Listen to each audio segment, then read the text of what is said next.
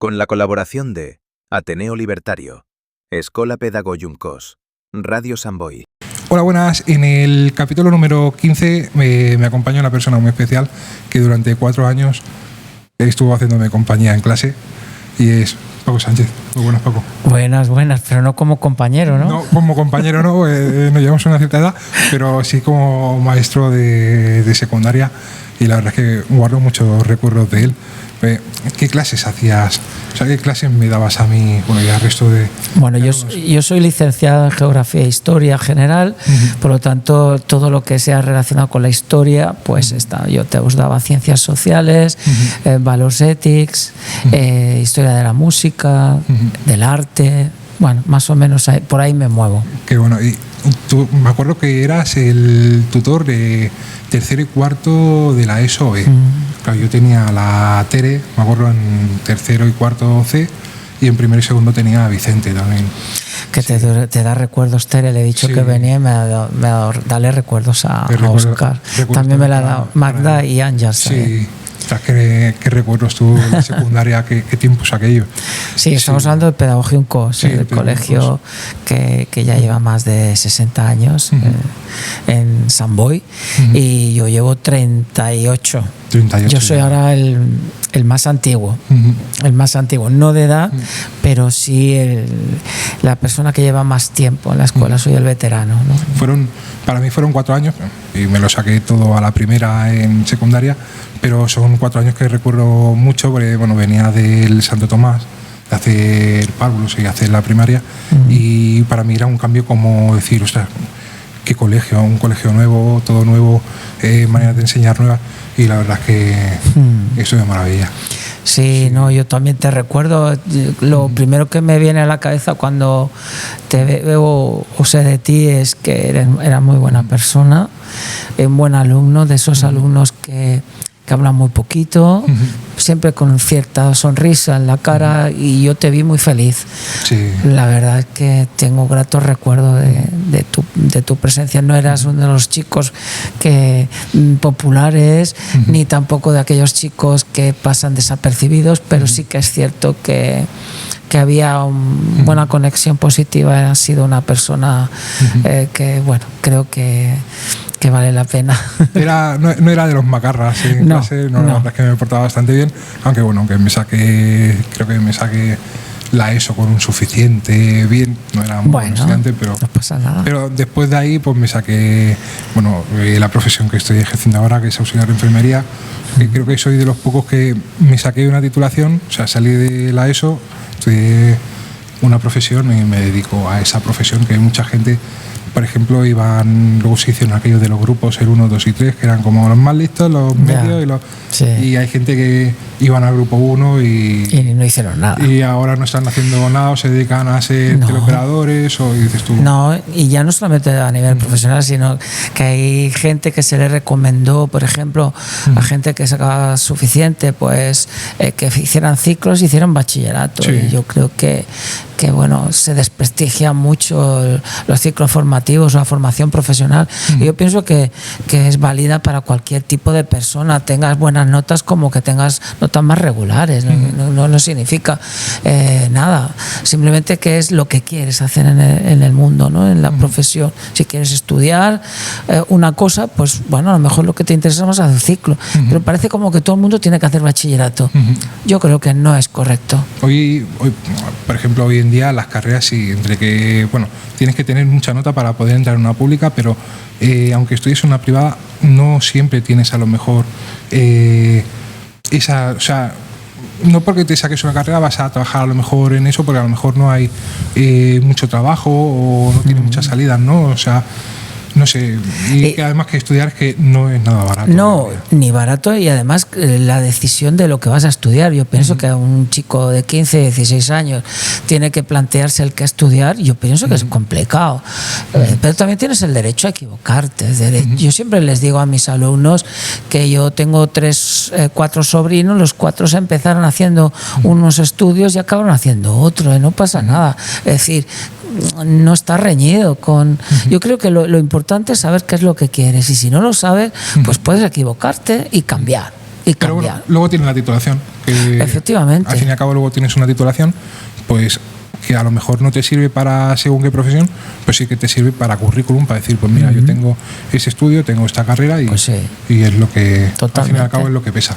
Bueno, tú tuviste suerte, sí. pero también la voluntad de hacer algo que querías y te gustaba, y eso es importante. Y ya llevo 20 años ya en la profesión. Ya eres un anciano. Qué ganas de jubilar ya, me falta. Bueno, pues no, no, aquí nos tenemos que jubilar otros antes. Entonces, te voy a hacer así unas preguntillas así, que las estoy viendo así por internet y tal. Y, por ejemplo, el primer apartado sería sobre filosofía y metodología en la enseñanza. Y me gustaría preguntarte, ¿cuál es tu enfoque principal al diseñar una lección? Bueno, esto de que cada maestrillo tiene su librillo es un tópico, pero es típico. Es decir, cada uno tenemos nuestro sistema. Y he ido cambiando, porque los tiempos han cambiado. Yo empecé a hacer clase a finales de los 80 y estamos en el 2026, con lo cual el cambio es así. Mi sistema siempre es el siguiente. A mí me gusta que se lea la lección en la clase. La lección, se subraye el tema, se hagan preguntas sobre lo que se ha estudiado y luego, si tengo que valorarlo, valoraría esas preguntas que han preparado los alumnos. Es decir, esa sería la base principal. Luego lo añadiremos pues algunos trabajos para ampliar de actividades y algunos recursos, pero básicamente es así. Es decir, yo siempre aprendí que repitiendo las cosas se te quedan.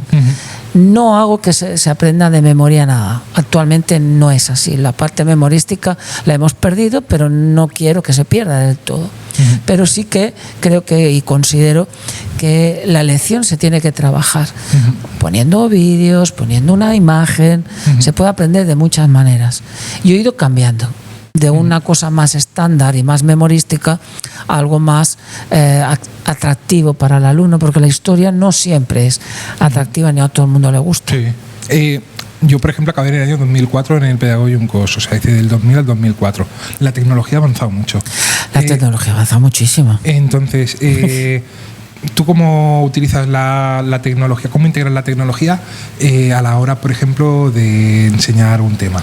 Pues claro, yo me baso mucho en el libro. Para mí el libro de texto es esencial, es la base. ¿Continúan los libros de texto? Sí, continúan. Sí que hubo una época que se hizo lo de los ordenadores, nos pusimos ahí a tope con los ordenadores y esto es como en la pandemia, hubo cosas que se quedaron y otras se han ido cambiando. Los niños ya no tienen ordenador en todas las horas y demás, concretamente, pero sí que lo utilizamos, tenemos pantallas digitales. Entonces reforzamos pues con imágenes, con vídeos. Yo lo tengo muy fácil en historia, porque si estoy hablando de la prehistoria pongo una imagen o un vídeo sobre los monumentos megalíticos y se ve, ¿no?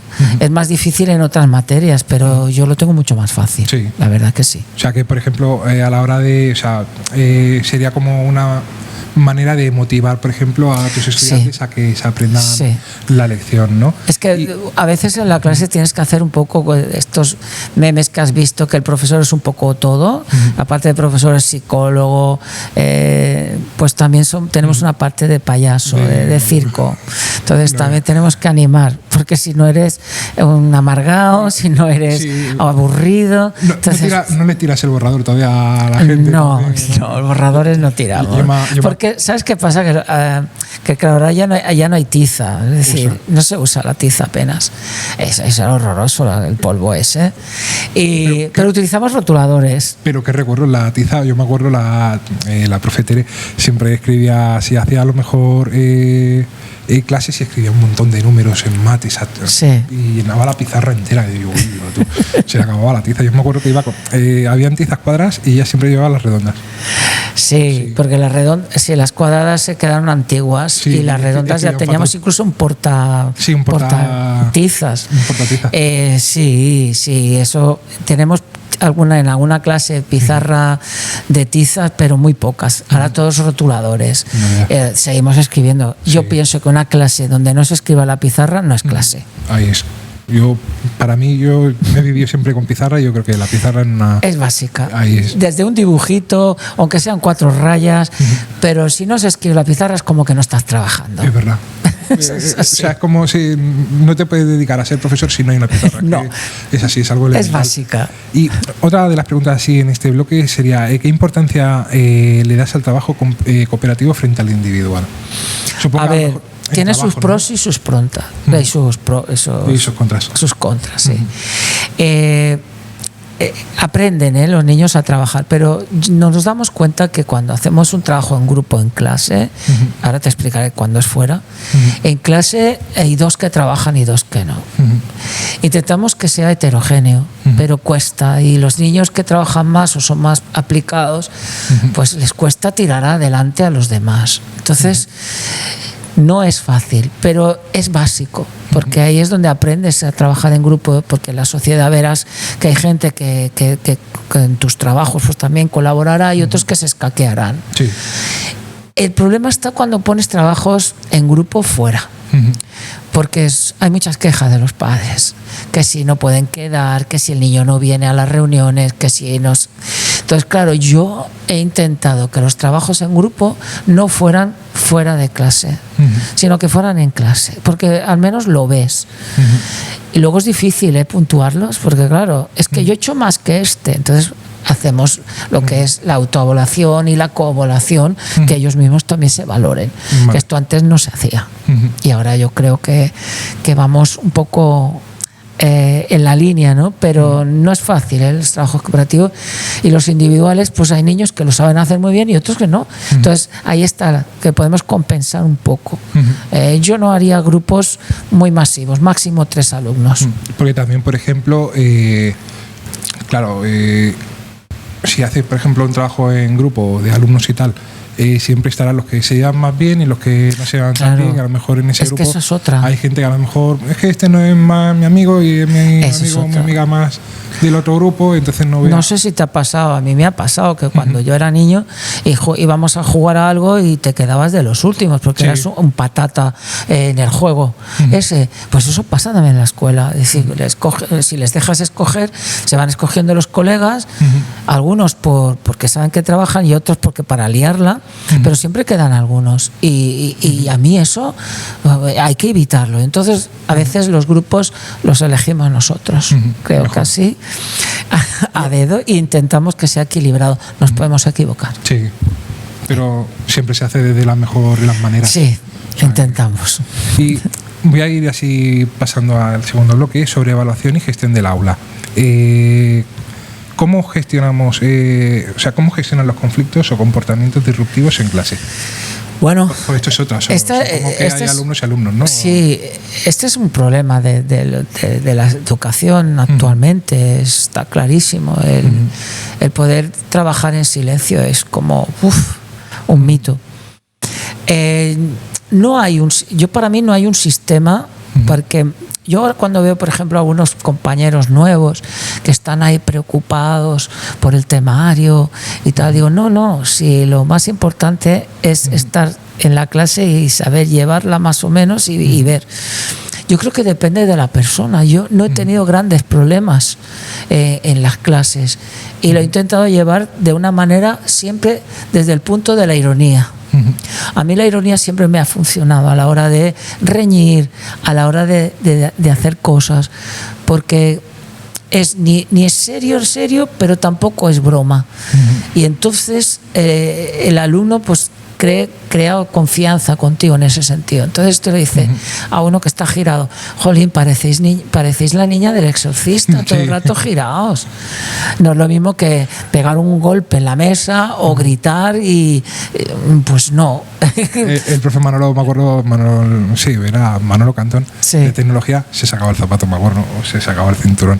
Pero no para pegarnos, sino para dar un golpe. Pero el zapato lo dejaba no para pegar golpes, sino para dejarlo encima de la mesa. Sí, yo me acuerdo de aquella época. Sí, claro, hay que buscar opciones, pero hay niños que te lo ponen muy difícil.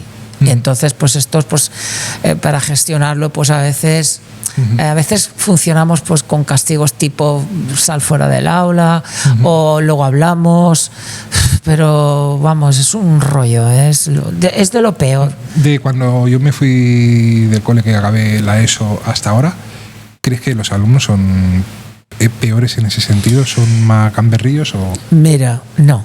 No.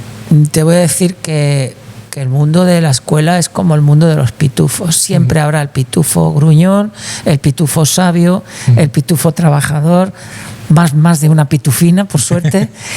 Pero no, es que siempre me lo preguntan los exalumnos. No creo que sean peores ni mejores. Simplemente han cambiado formas. Pero tenemos el que contesta, tenemos el que no hace nada, el que le importa un pimiento todo. Todo eso existe. Yo no podría valorar. Hay grupos que han salido muy bien y grupos pues horrorosos. Eso yo creo que entonces es cada año. Cada año. Continuamos con este bloque. Vale, ¿qué estrategias utilizas para adaptar tus clases a diferentes ritmos de aprendizaje? Esto es uno de los grandes problemas que tenemos y por eso hay mucha gente. Ahora estamos viendo muchas manifestaciones, pero este es una de la clave de una de nuestras quejas. Yo me acuerdo, así haciendo un pequeño hincapié, nosotros teníamos A, B, C como grupo de tutoría y luego teníamos el grupo 1, grupo 2, grupo 3, que era como los que sacaban siempre 10, el 1, el 2. Eran así los medios, que yo estaba siempre en el grupo 2, y luego estaba el grupo 3, que eran los que iban un pelín más lentos a la hora de aprender, a la hora de... Entonces, eso se cambió... Eso no funciona. Eso no funciona. Entonces, tampoco funciona lo que nos está pasando por falta de recursos. Es decir, tenemos 30 alumnos, tenemos una variedad de tipología de alumno bestial. Ha aumentado la variedad. Entonces, antes era todo como más homogéneo y dabas clases a esta homogeneidad. Pero las clases son heterogéneas y esa es la vida. Entonces, tiene que cambiar. Entonces, necesitamos más manos. Más recursos para poder tener una buena educación en ese sentido. No podemos descuidar a los alumnos. No puedo estar explicando una cosa mayoritaria cuando hay 4, 5, 6, 7, 8 alumnos que tienen ritmos diferentes, y eso es lo que nos cuesta. Lo adaptamos, los exámenes adaptados, la temática también, las pruebas, los ejercicios, lo que se le pide a cada uno de ellos, pero aún así no es suficiente.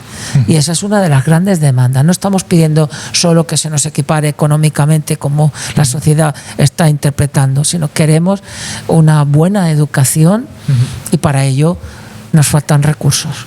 Y esa es la clave. Nos tienen que ayudar. Tenemos que bajar el nivel el número de alumnos por clase. Las ratios, o sea, las ratios tienen que bajar. A nosotros nos pasa en sanidad de que hay muchos pacientes para poco personal. Pues exactamente. No llegamos. Entonces, claro, lo que no pueden hacer nuestros políticos es jugar con la educación y jugar con la salud de las personas por estar recortando. Y que son dos pilares importantes y son la base del futuro de nuestra sociedad, mucho más que otras cosas. Pero esa es la gran demanda. Espero que se están tomando decisiones. Espero que algunas de ellas las veamos pronto. Yo porque me estoy ya jubilando, pues no voy a ver esos avances, pero tengo miedo de mis compañeros de que no puedan estar mejor, y yo creo que basta ya de recortes y vamos a dar dignidad a los profesionales que están ahí cada día trabajando y bueno, a ver qué tal. Hay profesionales y también, y lo que lo sufren también, que son los propios alumnos. Claro, yo estoy hablando desde parte de como gremio, ¿no?, de profesores, pero claro, es que los reciben peor son los alumnos, porque nosotros pues nos volvemos locos, pero los alumnos no reciben la calidad. Es decir, si antes podíamos hacer un temario más o menos y tal, ahora es imposible. Ahora vamos al tercer bloque de también sobre esta entrevista así, pequeña entrevista en la que vamos hablando y tal, y es sobre motivación y experiencia personal. La primera pregunta sería, ¿por qué decidiste dedicarte a la enseñanza? O sea, me has dicho que llevas 38 años, ¿no?, en la educación. Sí. ¿Qué te llevó a ser profesor? Bueno, yo era un alumno yo como alumno era un alumno bastante flojo, muy perezoso, que no supe bien lo que quería hasta tercero de BUP, que eso corresponde un poco a primero de bachillerato actual. Y sí que era de letras, eso lo tenía claro, ¿eh? Antes eran letras y ciencias. Sí. Yo era de letras, me gustaba leer, me gustaban las películas, me gustaba el cine, el arte. Y entonces en COU yo creo que encontré una profesora que me marcó, se llama Milagros, ya fallecida, y le dije, yo creo que podría ser periodista. O creo que puedo ser maestro. Y dijo, yo soy, ya sabes que yo historiadora, haz historia, pero no hagas magisterio, haz una licenciatura, podrás tener más salidas y si no te gusta la enseñanza, pues podrás dedicarte a otras cosas. Y digo, y fue ella un poco la que me abrió. Lo que sí que es cierto que yo desde bien pequeño ya me gustaba jugar un poco a todo esto, ¿eh? Y bueno, creo que era vocacional. Ahí descubrí que era vocacional, hice en la universidad y hice repaso a niños, ya vi que yo era mi mundo. Y así fue. Y esa fue la motivación, era pues querer, como mis padres, pues que tuviese un futuro mejor que el que habían tenido ellos. Y creo que lo conseguí y que mis padres puedan estar orgullosos de mí. Seguro que sí. Seguro. ¿Cuántos años llevas en el Pedagógicos? Pues fue mi primera escuela. Empecé en el año 87, iba a poquitas horas y pues 38 años, ¿no? 39, yo qué sé. O sea, llevas toda la vida en el mismo colegio. Piensa que yo también había estudiado allí de pequeño, con lo cual conozco el centro, conozco todos los cambios que han habido y sí, es toda una vida. Más de 40, yo qué sé, 40 y tantos años en el mismo sitio. Solo estuve en el Instituto Robbio i Ors y luego en la universidad, pero ese es el tiempo que me separa de pero toda la vida en el colegio. Qué bueno. ¿Qué es lo que más disfrutas de enseñar en el COS? A mí me gusta enseñar, me gusta explicar cosas que me pasan. Esto es un poco como el abuelo Cebolleta, ¿no? Porque cuando mi abuela decía que cuanto seas más mayor empezarás a contar cosas del pasado. Y digo, totalmente, eso es cierto. Pero sí que me gusta contar mis experiencias, me gusta explicarles y que se queden embobados mirándote y combinándolo con otras cosas, evidentemente, pero a mí esa es la parte que más me gusta y sobre todo consejos. Eso es lo que más.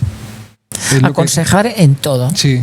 Yo, por ejemplo, hasta hoy, que he tenido una alumna de información, de auxiliar de enfermería, y yo también así le he ido dando muchos consejos, le he ido enseñando, sobre todo desde la experiencia. Yo creo que es lo mejor, ¿no? Y ser también cercano, o sea, ser muy cercano, porque yo tengo 38, ya tiene 17, entonces ser también como un adolescente más y enseñarle desde ese punto de vista, ¿no? Sí. Y yo creo que sí, así con anécdotas y tal, sí. Yo creo que como la mejor manera de enseñar, ya no solamente es la teórica o la práctica, sino también a ser persona, o sea, creo que es lo importante. Totalmente. Piensa que los alumnos te tienen como alguien importante, pero valoran que estés a su nivel. Es decir, yo me he visto muchas series y muchas cosas para enterarme un poco cuál es el mundo de ellos. Es decir, Six Seven, pues, sí. Pues bueno, pues saber lo que es, me río un poco del vocabulario que utilizan, pero ese ha ido cambiando. Es decir, siempre ha habido. Sí. Ahora nos reímos de que digan bro, en plan literal, sí. Pero otras veces ha sido otras expresiones. Sí. Que chungo, o guay de Paraguay. Sí. Es decir, ha habido cambios, pero siempre me ha interesado y los escucho.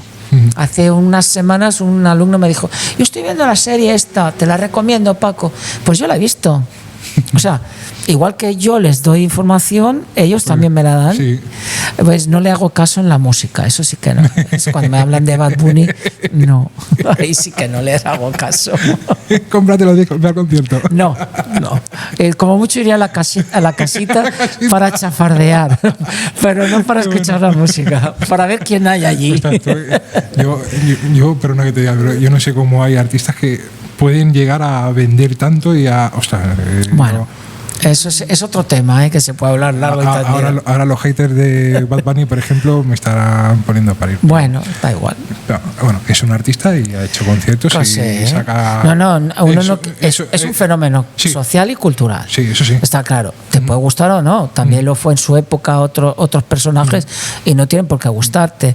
Pero una cosa no quita la otra. Es decir, Paquirrín, porque es el hijo de Isabel Pantoja, pero yo también puedo sacar música como él. O sea, sí, claro. Sí. Pero no eres Paquirrín. Pero no soy Paquirrín ni tengo la pasta de Paquirrín. Claro, claro. Ahí es. Entonces, otra pregunta así. ¿Cuál ha sido el mayor desafío que has superado como docente? Ostras, desafío. A mí me han molestado mucho los cambios. En estos 38, 39 años han habido tantas leyes, nos han tocado tanto las narices. Cada ministro, cada conseller ha impuesto sus nuevas leyes. Unas bien, otras horrorosas. No sé, eso es lo que lleva mal. Claro, una persona que entra y se encuentra lo que hay, pues bueno, ya es lo que hay. Pero a mí lo que me costó mucho es la desaparición de la formación profesional de los niveles en que estaban, ¿no? Antes acababa en octavo. Yo creo que ese cambio no lo entendí bien, me costó mucho. Ese sería el cambio más complicado que he pasado, de adaptarme de una forma a otra. Pero somos humanos y nos adaptamos. Y bueno, en valoración no me gustó el cambio, tengo que decirlo. Y como siempre, los políticos cagándola siempre. O sea, bueno, hay aciertos, también hay aciertos, sí, está claro. Pero tantas leyes en tan poco tiempo, pero la bola se ha hecho muy grande y por eso la gente está saliendo a la calle, porque la bola ya es muy grande. Y espero que este gobierno está escuchando mucho más que otros, evidentemente, pero se puede hacer más cosas y mejorarlo. Estaba leyendo así, las preguntas que tengo aquí y tal. Están, más o menos ya me las respondió, ¿no? ¿Cómo te mantienes actualizado en nuevas tendencias educativas? Es que no queda más remedio. Los profesores, aparte de nuestras clases, también nos reciclamos. Cada año hacemos cursillos. Algunos durante el año, otros en el mes de julio.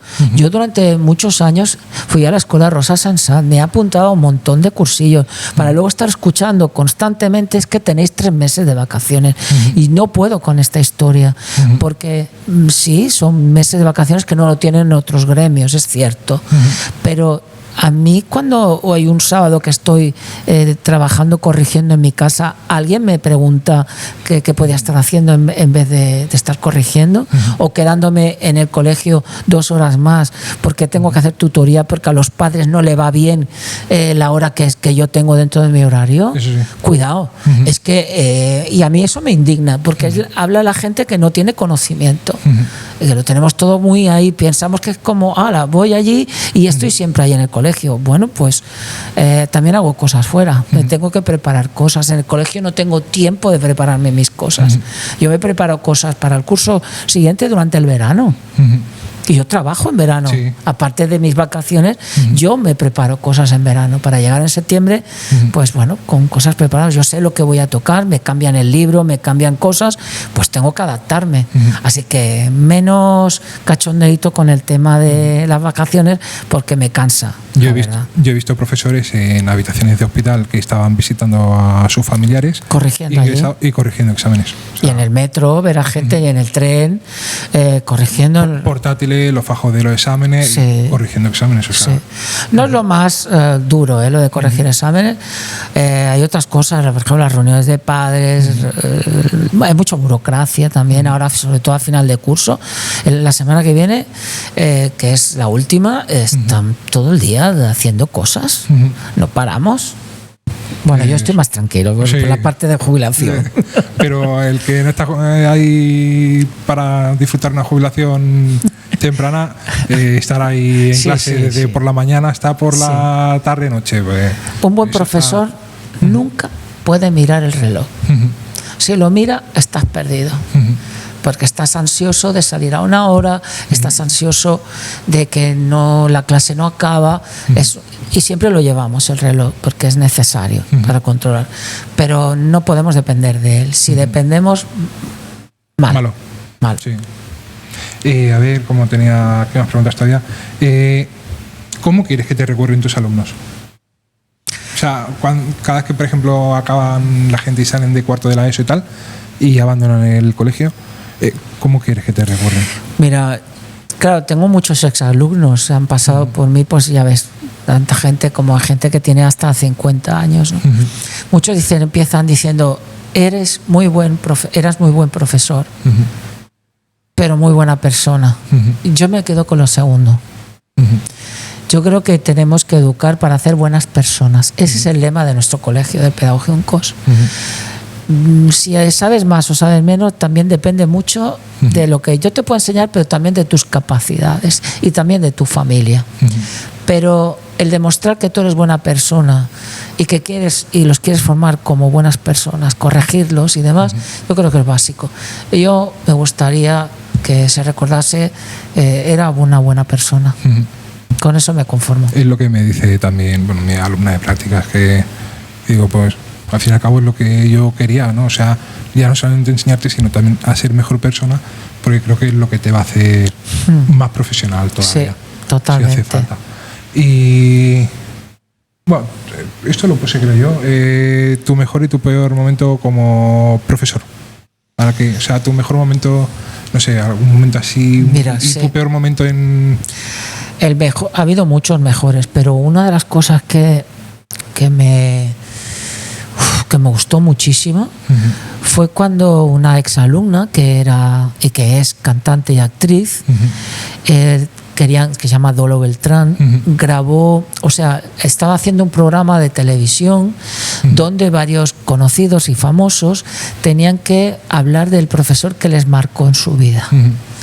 Entonces vinieron las cámaras de TV3, hicieron ese reportaje, estuvieron todo un día grabando conmigo, y para mí era una muestra de mi trabajo.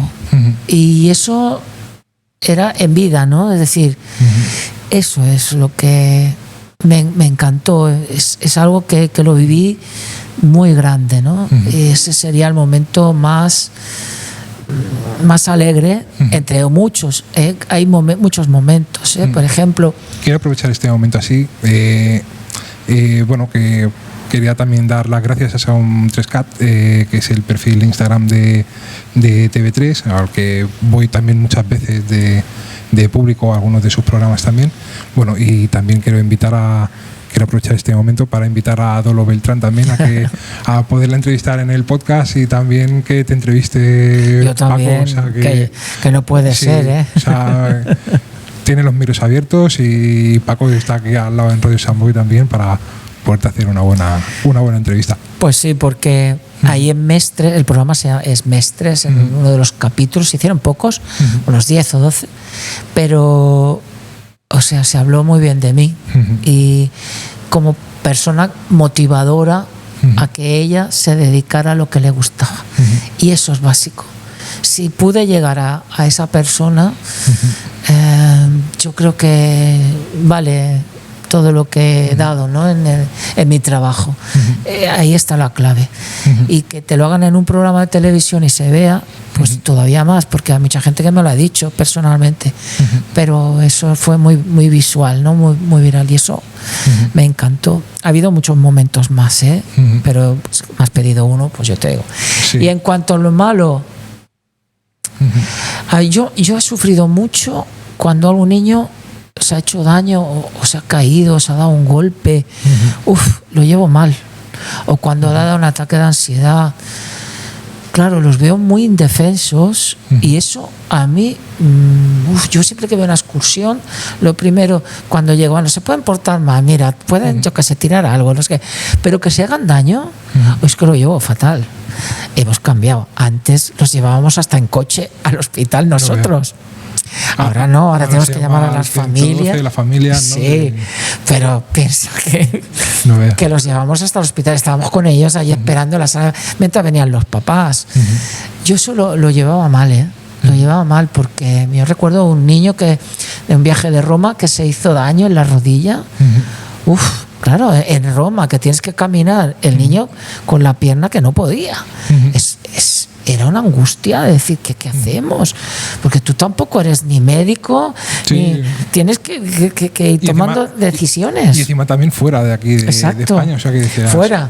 Lo tuvimos que repatriar al pobre. No, claro, porque estábamos el segundo día, quedaban muchos días, no podíamos tener a un niño en un hotel sentado. Entonces se valoró con la familia y lo enviamos para casa, pero bueno, son de esos momentos que no gustan. Y algún alumno pues que ha sido operado, bueno, y sobre todo cuando te enteras que alguno ha fallecido. Por suerte nunca me ha pasado que haya ido ningún niño durante la escolaridad mientras yo estaba, ¿no? Ha sido posterior. Porque si no, me hubiera pasado, porque les cogen mucho cariño, sea el que sea. Y eso lo llevaría fatal. Quiero acabar el bloque de... Bueno, pensaba que nos íbamos ya. No, todavía no. Bueno, me faltaban todavía 2 preguntas. Para padres y tutores, ¿no? Sí. ¿Qué pueden hacer los padres desde casa para reforzar lo que se ha aprendido, o sea, la educación en el colegio? O sea, lo que no se puede dejar es que la escuela sea el sitio, el parking donde aparcar a un niño. No es suficiente. Yo también soy padre y mi hijo cuando venía a casa yo seguía siendo profesor también. O sea, tenía los dos roles de padre y profesor. Tienes que estar, da igual la edad, tienes que estar con la agenda, ayudándole. Cuando hay un examen, estar con él preparando, no haciendo lo que él no tenga que hacer. Eso sería básico. Si tú te desganchas de eso, no puede ser que un niño a los 6, 7 años todavía tenga dificultades al leer. Hay que buscar los motivos de por qué.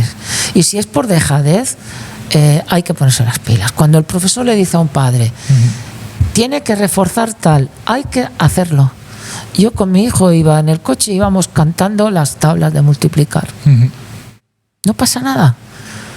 Hay que dedicar ese tiempo también a reforzar algunos conocimientos básicos. Yo no te digo que se sepa quién descubre América ni qué es una célula, pero hay serie de cosas que son esenciales, como leer, escribir y saber las 4 cuentas. Eso es básico. Luego ya vendrán las demás cosas.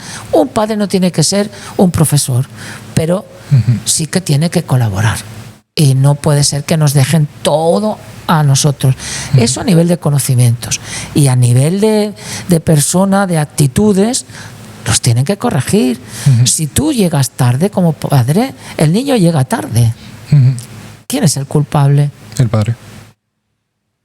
Si el niño viene con la ropa torcida y mal puesta, si te dice el profesor, oye, es que no va higiénico, no va el niño bien, va sucio, hay que corregirlo, hay que saber por qué. Así que la ayuda de las familias es esencial. Yo tuve la suerte de que tuve un grupo de padres que durante 10 años fui yo el que moderaba a estos padres. Voluntariamente venían cada miércoles al colegio y se integraban dentro de la escuela. Fue una experiencia única en Sant Boi, se llamaba PAMACOS, Paras y Maras del COS. Sí, me acuerdo. ¿Te suena? Sí. Y eran padres que se preocupaban de formar también ellos, veían la problemática ellos, que no hubiese esa diferencia entre esa barrera entre padre, profesor, los padres allí fuera esperando y el profesor dentro como atrincherado, sino que hubiese y que nos conocieran de nuestras angustias, pero también nosotros la de ellos.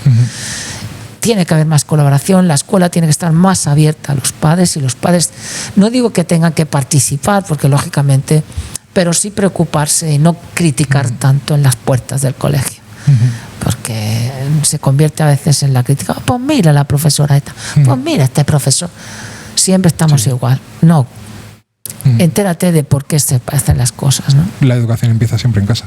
Siempre es básica. Y hay cosas que se nos escapan, la puntualidad, la empatía, el racismo, todo eso se aprende en casa. Hablando así de este tema, el bullying, por ejemplo, que la primera manera de atajarlo es en casa, pero por ejemplo en el colegio se ha vivido a veces momentos de bullying de algún alumno o grupo de alumnos a otro alumno o grupo de alumnos?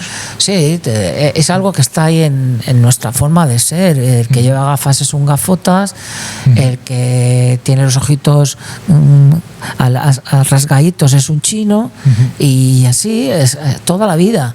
Pero es que eso no puede ser. Es que eso se permitía y llega un momento que no se permite, y que eso preocupa en la salud mental. Entonces eso hay que achacarlo, y se da en cursos pequeños.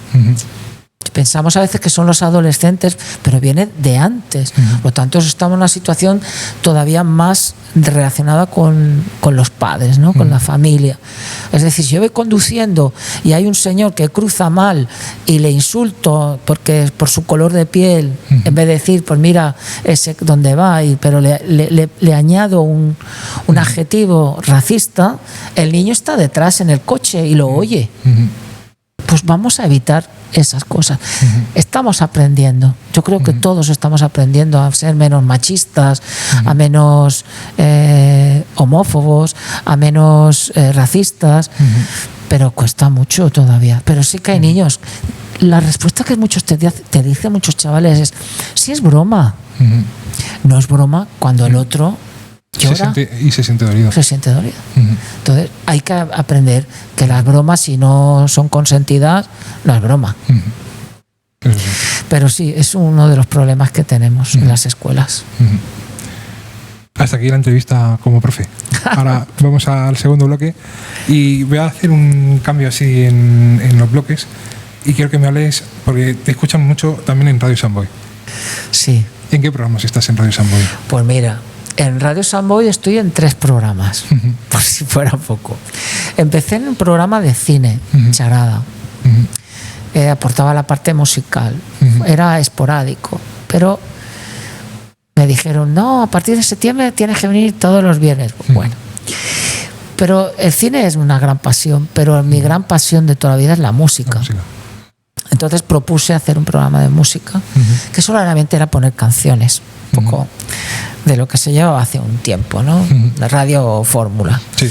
Se llamaba Forever Jovas, que en esa época se puso muy de moda el musical este de Forever Jovas, una canción de Alphaville que era Forever Young, que me gustaba muchísimo.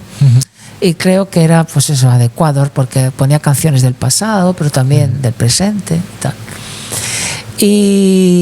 Y luego también hace unos años pues participo y colaboro con el programa La Periferia, que es un programa de humor, y hago una sección, pero también sobre entrevistas musicales, pero también aporto pues cosas pues en noticias simpáticas, etcétera, etcétera, etcétera. Así que estoy en 3 programas de Radio Samboy. Y bueno, supongo que me vas a preguntar, y ya te lo digo, porque a mí me gusta hablar también, que es cómo surgió, ¿no? Y yo de pequeño jugaba a la radio. Ahí podemos tener conexión. Yo, con lo que tenía en mi casa, mi tocadiscos, mis casetos, yo presentaba canciones. Lo hacía así, ¿no? Y ahora invitaba a profesionales de los 40 principales, a Charly Diego, a Javier Artigas, a Tony Guerrero, a Joaquín Luqui. Imitaba a todos estos que tenían programas como los que me gustaban, a finales de los 70. Y así, pues era mi pasión. Y tuve contacto, pues, con Radio Samboy. Yo tenía unos 15, 16 años, era un adolescente, y Radio Samboy se emitía desde una casa, desde la casa del primer director, José Luis Díaz. Y me entero que hay Radio Samboy. Para mí era flipante. ¡Oh, Radio Samboy! Samboy tiene radio. Qué bueno. Nos presentamos allí los vecinos, los amigos, en la emisora, íbamos a verlos, les llevábamos discos porque tenían 4 cosas. Y ese fue mi primer contacto. Llamaba a los programas por teléfono para saludarlo, pedir canciones, que entonces era pedir canciones. Y así empezó mi relación. Luego perdí el contacto, me puse a estudiar, hice teatro, hice un montón de cosas. Total que luego por mi amiga Nuri, que es de la biblioteca, me dice: mira, que vamos a colaborar con un programa de cine. Digo, vente algún día. Pues vale, en un momento de mi vida que necesitaba cambios. Y me vino perfecto. Y hace 15 años que aterricé en Radio Samboy como colaborador, y ahí sigo. Yo a veces no tengo mucho tiempo, así pues los programas los haces por la tarde y llevo ya más de 17 años trabajando de tarde, pero sí que alguna vez he escuchado alguna entrevista y tal, y la verdad es que, sobre todo, por ejemplo, en Forever Yoga das también mucho a conocer a lo que son artistas emergentes. Sí, empecé, ya te digo, con música enlatada, por decirlo de alguna forma, presentando canciones por temáticas, pues mira, hoy vamos a hablar de color azul, canciones que tienen la palabra azul o que hablan del color azul. Bueno, pero eso está ya muy visto. Vamos a hablar del año 1984. En el año 1984 la canción que más, los premios Grammy, no sé qué. Vale, pero eso lo hace, es fácil hacer. Entonces, una vez entrevisté a una cantante de Samboy y vino con la guitarra, María Martí, una voz preciosa. Y digo, hostia. Y entonces empecé a contactar con amigos, a un escritor, amigos, bueno, de cualquier profesión, y entre los entrevistaba con sus canciones favoritas. Y vi que en la entrevista me manejaba bien. Y entonces empecé a entrevistar a gente más conocida, di el salto. Los primeros que me dijeron que sí fueron los Pecos, Javier de los Pecos. Él es el culpable de que yo empezara a animarme con todos los músicos que he entrevistado. Pero es cierto que en los últimos años estoy dando más visibilidad a la gente de proximidad, a gente que tiene menos posibilidades de sonar en la radio, y que la radio municipal, la radio de Samboy, tiene que dar cabida a todo este mundo. Que alguna vez se presenta el poder entrevistar a un grupo, un músico con cierto nombre, pues vale, pero si puedo, gente con menos posibilidades, lo prefiero. ¿Por qué? Porque es una plataforma, escuchar sus canciones, no sé, estoy en esa línea ahora. Yo, por ejemplo, bueno, me gustaría también entrevistar a gente famosa también, ya no solamente de la música, sino también del mundo del cine, el teatro, política y tal, escritores. Y bueno, por aquí, por estos micros han pasado Kira Lamun y Mr. York Guitar, han pasado también Nerea Estella, que la quiero invitar al podcast para que me hable un poco de su última canción, que es A Escondidas, que estuve en su concierto. Y bueno, estoy en ello. También, bueno, sí, entrevistar a gente famosa es algo que quiero hacer el día de mañana. Sí. Porque tengo los medios, hasta incluso me muevo con los medios para ir a cualquier lado. Y bueno, hice el podcast para eso. Hay dificultades, sí. Pero te digo, hay algunos que son más accesibles que otros. Piensa que por medio para acceder a un famoso están los managers o las discográficas. De hecho, muchas redes ni las llevan ellos. Entonces, tienes que afinar, a veces sabes y no. Otros, por ejemplo, mi gran deseo será entrevistar a Miguel Ríos, por ejemplo, o Paloma San Basilio, o Joan Manuel Serrat. Algunos de ellos me han contestado sus representantes, a lo cual lo agradezco. Hay otros que ni siquiera te dicen nada, ¿no?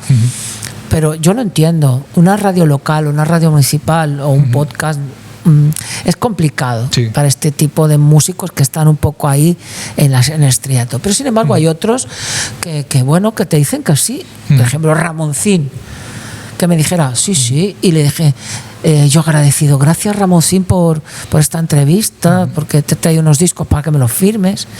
Y dice, no, es que yo le tengo dicho a mi manager que cualquier que me pida una emisora, hay una emisora además que lo haga. Digo, es una maravilla, estoy entrevistando a gente que yo escuchaba cuando era adolescente, era niño, que para mí eran ídolos. Por ejemplo, Alejo de Tequila. Era mi grupo de referencia de los años 70-80 y lo pude entrevistar. Vale que algunos han sido presenciales y otros por teléfono, pero es igual que te digan que sí. Es una maravilla. Pero bueno, yo ya estoy conforme con todo lo que he hecho, ¿no? Con todos los que he entrevistado. Javier Gurruchaga, La Guardia, Leticia Sabater, que mucha gente dice, la ve como que va a ser inalcanzable. Te digo yo que no. Marina Roussel, Carlos Núñez, todos los músicos de los 60, a los cuales tienen toda mi admiración y mi apoyo, porque creo que la base de la música pop rock española se le debe a estos grupos. Los he entrevistado prácticamente a casi todos. Los Diablos, Karina, Miki, Janet, Los Relámpagos, Los Brincos, Los Salvajes, Los Sirex, Los Canarios, todos. Los 70 unos poquito menos, pero bueno, he intentado por décadas entrevistar a bastantes gente que algunos los han olvidado y no es justo. Pues nos han dado canciones, nos han dado muchas cosas, no podemos olvidarlos. Reivindico la música del pasado. Yo también. Y cómo se hacía también la música en aquella época, o sea, era más natural, no era tan artificial como ahora. No, todo era natural. Tú escuchas Mira, por ejemplo, uno de los músicos que me hubiera gustado entrevistar era Camilo Sesto. De hecho, lo intenté, pero no pudo ser, no hubo respuesta. Pero sí que cuando murió pude conectar con el club de fans y con la persona que escribió su biografía y sentí una pasión por el músico. Y te escuchas las canciones y escuchas las orquestas, todo instrumento natural, los violines, las trompetas, es una maravilla. Hay muchos músicos actuales que están reivindicando incluso el rap, está reivindicando la música natural, orgánica, y yo los aplaudo porque hay que ir por ahí. Tenemos grandes, aquí en San Boyara tenemos gente muy buena que está haciendo música y tenemos ahí que defender la música de nuestra ciudad. Sin desviarme mucho de la música, pero manteniéndome en lo de radio, bueno, yo entrevisté por ejemplo a Miquel Murga, en paz descanse, sí, que también se dedicaba al mundo de la comunicación en Radio Nacional España-Cataluña, creo que era. Estaba también, bueno, era director de teatro y bueno, y participó también en algunos programas de televisión como 1, 2, 3. Sí, es un referente. Sí. Es un referente de Sant Boi, de los comunicadores que hemos tenido que han saltado a hacer programas en TV3. Fue uno de los fundadores, creo, de Radio Sant Boi, o sea que... Sí, estuvo ahí. No muy al principio, pero sí que inmediatamente cuando ya se hizo municipal sí que ya formó parte, ¿no? La verdad es que yo he tenido contacto con él y sí me sabe muy mal porque es joven y bueno, esas muertes siempre son dolorosas, pero yo pienso que es el sueño que él tenía de ser comunicador. Algunos de sus hermanos lo eran también. Yo creo que consiguió lo que quería. Yo creo que sí, llegó a hacer teatro, música, concursos, bueno, películas. O sea, yo creo que ha tocado todos los palos del mundo artístico, por decirlo de alguna forma, y de comunicativo.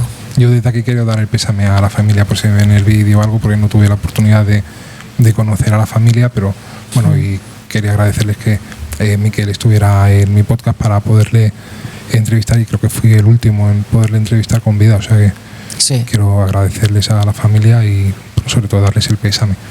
Y bueno, continuando hablando de música, pero ya no solamente de la radio, sino del libro que tú publicaste. Bueno, dices que en esta vida tienes que hacer varias cosas: tener un hijo, poner un árbol y hacer un libro. Yo las 3 cosas las he hecho, ya me puedo morir tranquilo, ¿no? Sí, pues mira, te tengo una sorpresa. Gracias. Te lo he traído. Qué bueno, me lo tienes que firmar, ¿eh? Sí, no me puedo ir sin firmarlo. Las canciones de los balcones, ¿no? De los balcones. ¿De qué habla el libro? Supongo que claro, ese libro lo hiciste en pandemia. Sí, el libro lo hice en pandemia. Hay gente que hizo pasteles, gente que hacía deporte. Que se vea bien, la canción se ve bien en los balcones. El dibujo muy bonito. Bueno, la ilustración está hecha por Marta Payés, que es tatuadora. Si alguien la quiere seguir en las redes, es una muy buena profesional del mundo. Ella es de Bellas Artes y dibuja súper bien.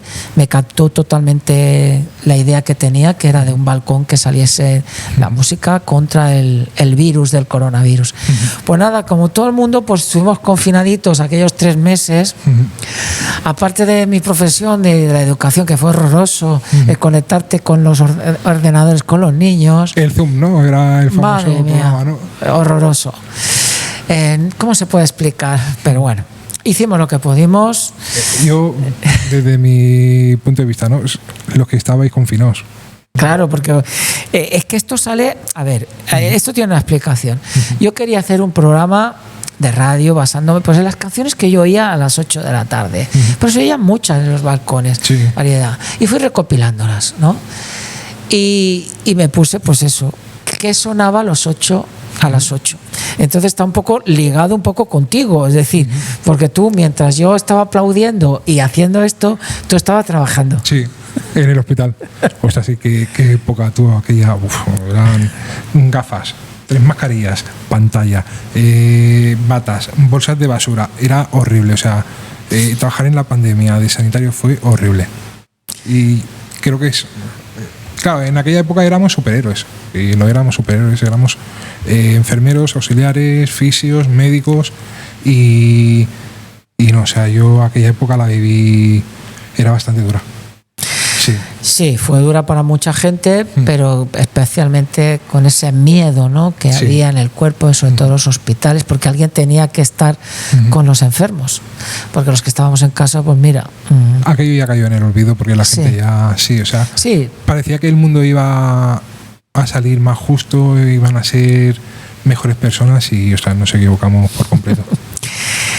Pues en base a eso que pasaba a las 8, pues fui confeccionando un listado de canciones que se escuchaban, desde el famoso Resistiré a Hola Don Pepito, Hola Don José y otras canciones. Entonces las fui recopilando y las puse aquí con un pequeño texto de origen de la canción, con la letra, un fragmento de la letra. Piensa que hubo como una 50 de canciones que contabilicé, creadas exclusivamente para el coronavirus, por grandes músicos. También las he recopilado. Y luego canciones, como dice el texto, 250 canciones para combatir el confinamiento y la desescalada del coronavirus y otras enfermedades. O sea, canciones motivadoras, con letras que nos animan a seguir, a ser felices. Y a la misma vez era reivindicar la tarea del músico. Porque aparte de los aplausos, los músicos se quedaron sin trabajo, como todo el mundo, ¿eh? Sí, bueno, pero, teatros y tal, todo cerrado. Entonces los músicos pudieron hacer algo importante, que era conectarse por las redes y hacer actuaciones o hablar con sus seguidores.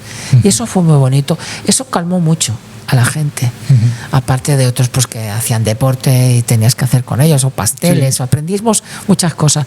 Pero los músicos, muchos abrieron su ventanita desde su casa, crearon canciones desde ella, colaborativas incluso. Me pareció genial, ¿no?, la propuesta. Y todo eso lo quise recoger en este libro. Es autoeditado y como tal pues no lo vendí a mi familia, básicamente a mis amigos y poco más. Está en Amazon. En Amazon, pero bueno, yo creo que ya le pasó la época. Yo os recomiendo que lo compréis, o sea, hacerle un favorcillo y comprarle el libro. Es que yo ya no recibo nada a cambio ya. O sea, pero para que esté en un almacén. A nivel económico Amazon, no, es simplemente un recopilatorio. Es como un Gritty Hits. Sí. Pero en vez de escucharlo, pues es que leído. Yo lo recomiendo que lo compréis. Si además en la editorial Círculo Rojo, o sea que, bueno, yo no la conozco, tú sí que la conocerás. Sí, bien, pero bueno. Pero sí, yo lo recomiendo desde aquí, desde el Pocas Colores, que lo compréis, que lo leáis, que ahí, bueno, es un multiprólogo también, ¿no? Sí, bueno. Sí, que esto es... Quise que colaboraran diferentes personalidades relacionadas conmigo, y con la música y con la radio, porque era un trabajo de radio.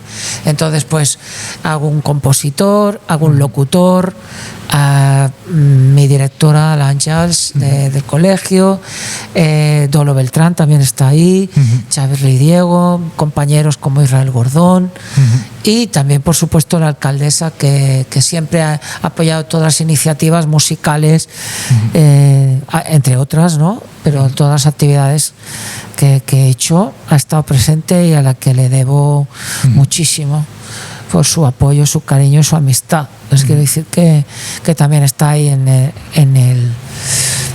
también se hicieron cosas desde el ayuntamiento, para hacer conciertos en casa y que la gente lo pudiera seguir en streaming. O sea, muy bien. Creo que fue una época chunga. Sí. La pregunta sería, ¿estás haciendo más libros? ¿Vas a hacer más libros? Porque claro, desde el coronavirus no he hecho. Pero sí, tengo muchas cosas. Lo que no he tenido es tiempo, porque el colegio me abarca. Sí.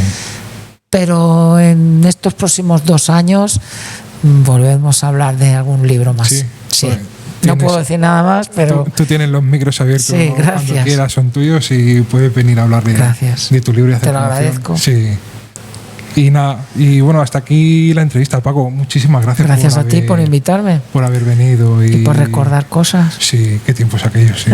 No, ya 22 años hablábamos detrás de los micros, detrás de cámara, de cuando acabé la secundaria. Y lo que no has dicho, no sé si lo has dicho, que nos mandé un trabajo en música. Ay, sí. ¿No lo has dicho? Es verdad, claro, porque así hablando de música y hablando de radio y hablando de todo, claro, era mi profe de música y yo me acuerdo de que teníamos que hacer un trabajo de un programa de radio de la música pop. Creo que eran de los 60 o 70, 80, Sí, 90. tenía que haber una canción de cada. Una canción de cada. Claro, y yo en aquella época, pues no tenía ni portátil ni ordenador. Era el único alumno, creo, de toda la clase que no tenía ordenador. ¿Cómo lo hacía? CD, cintas de cassette y se lo entregaba en cintas de cassette. Y ahora mira. Micro, controladora, portátil, webcam, lo tengo todo súper bien y la verdad es que, bueno, con el pasar de los años y tal, pues me llevo actualizando un poquito. Sí, porque ahora te pregunto yo, ¿cuándo fue este interés por hacer todo esto del podcast? Pues mira, yo cuando iba al COS siempre he escuchado los 40 principales y también me gustaba el mundo de la radio. Y aunque me da mucha vergüenza hablar delante de una cámara y que se me escuchara en voz, porque no tengo voz de locutor ni de cantante ni nada. Bad Bunny tampoco canta bien, y fíjate. Fíjate, ¿no? Y no sé, yo veía mucha gente que a lo mejor hacían vídeos así, pues comiendo y 100.000 seguidores. Digo yo, pero ¿cómo puedes tener 100.000 seguidores, 5.000 likes, comiéndote un bocadillo, devorando unas patatas o lo que sea? Y yo creo que esto es más veraz, es eficaz, y si hablas con alguien al lado, entonces el corte se te va, y comunicar. Yo creo que la comunicación desde un punto de vista básico, neutral y también global, yo creo que es lo mejor, y hablar de todo. Yo al podcast le puse podcast colores porque igual que hay mucha variedad de colores, hay mucha variedad de temas que tocar. Sí. Entonces, hablar de educación, ahora por ejemplo contigo he hablado de la radio, la comunicación, la música, el libro, la educación. Ya no solamente desde a nivel escolar, sino también en casa. Yo creo que es un tema son temas que a la gente a lo mejor eso sí que le puede venir bien a la hora de ver un vídeo, que aunque llevamos una hora, yo creo que será bastante entretenido. Espero que no se aburran de mí. Espero, y ni de mí tampoco, esperemos que no se aburran, pero bueno. Lo importante, ya te digo, mi vida se ha basado en la comunicación, tú lo decías antes, comunicar o comunicar los consejos que doy en la escuela, comunicar mis conocimientos, que ellos lo sepan, el ir más allá. Es decir, cuando yo muchas veces le digo, cuando veis un cuadro, os lo decía, ¿no? No os fijéis solamente en lo que se ve, fijaros en los detalles. Yo cuando era pequeño y veía el Mortadelo y Filemón, yo me veía hasta el caracol que iba subiendo por las paredes. Era tan importante que iba como cansado, ¿no? Más importante a lo mejor que la historia. Sí. Hay que fijarse en los detalles y eso lo tienes que enseñar, porque si no pasas página. ¿Qué es lo que estamos haciendo en el mundo en esta época de internet? Hacemos todo con el dedo, pum, pum, pum, pum. Famosamente es scroll, haces scroll. Es un vídeo, normalmente es scroll. Sí. Y ¿cómo se dice eso? Scroll. Bueno. Me he perdido en el vocabulario, ya te digo. Sí, intento, pero hay cosas que me pierdo. Pero bueno, lo importante es comunicar. Si no comunicamos, estamos perdidos. Pues sí. ¿Y tú cómo ves? Como experto en comunicación y estando en Radio Samboy, ¿cómo ves? Aunque la mesa no es la que acompañe, porque no la veis, pero ¿cómo ves todo montado, todo esto, el podcast? Es que no se ve, pero mira aquí, esta pegatina es un hace poquito. que no se ha visto. Sí, mira qué chula. de colores. Aunque se me va, pero bueno, sí. Pues esto está bien, porque eso es estás haciendo algo que te gusta y eso es importante. Estás en la edad perfecta para hacer aquellas cosas que te gustan. Ya has estado estudiando durante 20 años, ahora estás en la etapa de 40 años trabajando. Si en esos 40 años que vas a estar trabajando no te pones algún aliciente del día a día como esto, ¿para qué estamos trabajando? Eso sí. Y antiguamente tenía otros alicientes, lo que pasa que, bueno, pues como todo se acaban etapas y empiezas otras etapas, y ahora pues tengo esta etapa desde hace ya poco más de un año y... Bueno, no sabemos a dónde deparará todo esto. Ojalá que nunca se sabe. A lo mejor un día se va Radio Samboy y te contrato en Podcast Colores y se hace un municipal, ¿te imaginas? No, pero no le voy a quitar la historia a Radio Samboy, que Radio Samboy tiene que mantenerse muchísimos años más.